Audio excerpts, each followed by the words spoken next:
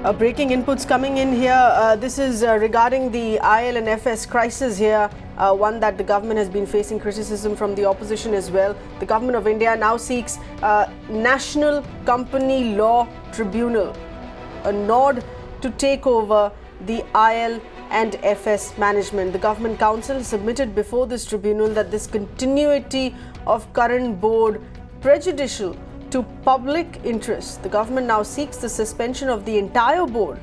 It seeks the appointment of 10 new members of the board. Let's understand these developments better from our team. We have with us our correspondent Avni Raja with these inputs here in the kind of reform now the government seeks here in this. Avni, please go ahead. Right, Sahel. Right. Well, now this is extremely significant, and this has been in the making for quite some time now. So the government has moved the National Company Law Tribunal, or the NCLT, to take over IL&FS entirely.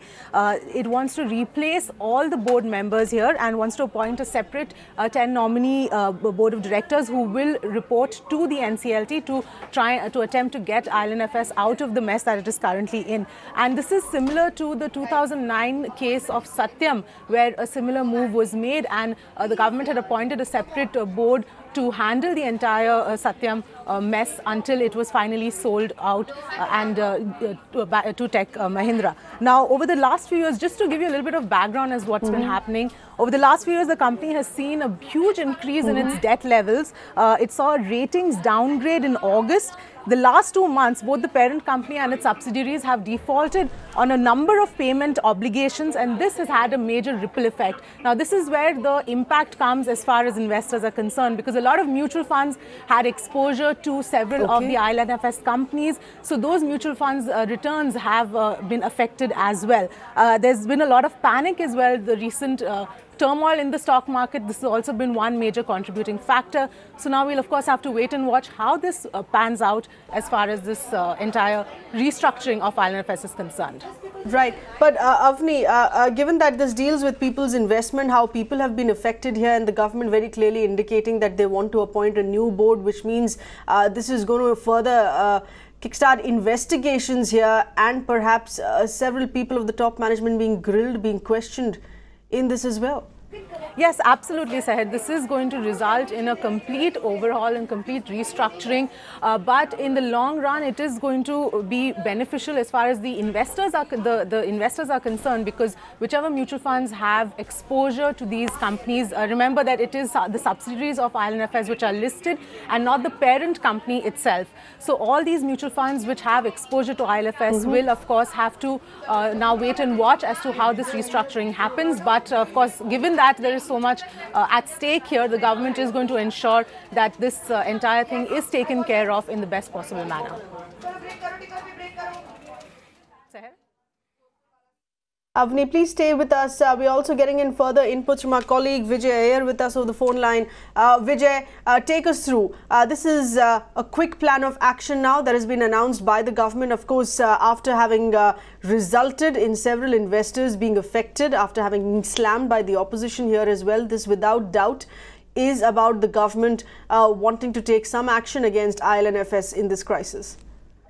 See, clearly, government, of course, is ready with its rescue plan, and that is where the Ministry of Corporate Affairs has moved a petition in the National Company Law Tribunal here in Mumbai to try and supersede the board of IL&FS immediately, and thereby put 10 members or government nominees. It has also proposed the name of Uday Kotak to head the board as a non-executive chairman. The order is expected around 30 p.m. here at NCLT Mumbai. So clearly government is realizing that IL&FS crisis now has the potential to spill over not only to the bond market, thereby to the equity market, but it can unstable the macro economy, because 96,000 crores is what IL&FS owes, or the outstanding payment is. They have already defaulted thrice on the interest payment, the bond papers or the money that they have issued. So clearly government is working to a plan, but the questions will also be raised, of course, on what were the shareholders doing, because at the end of the day there were LIC and SBI, which are PSU companies, and they were the largest shareholders. So what were they doing in these many years? So clearly the case of mismanagement has been put forth now, but so eyes are 230 what the NCLT order is going to be. But the first step, they want to supersede the board of IL&FS and put 10 government nominees to try and ensure that they can manage the crisis and it doesn't spill over. Right, Vijay, many thanks for those inputs here. Without doubt, the government looking at this as a response from the tribunal with that permission with immediate effect to take over, appoint 10 new board members here. Avni, with further inputs that we're now getting in with these breaking developments here on how this is going to be handled next. More importantly, as far as the investors go, does this really sound as an assurance?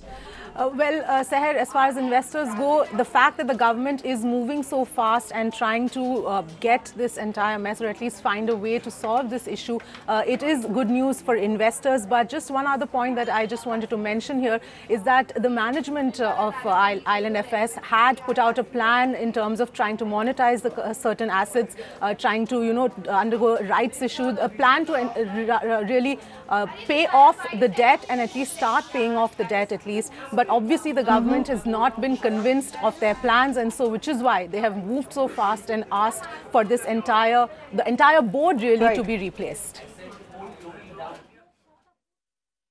All right, an absolute overhaul is what it sounds like. Avni, thank you for getting us those details.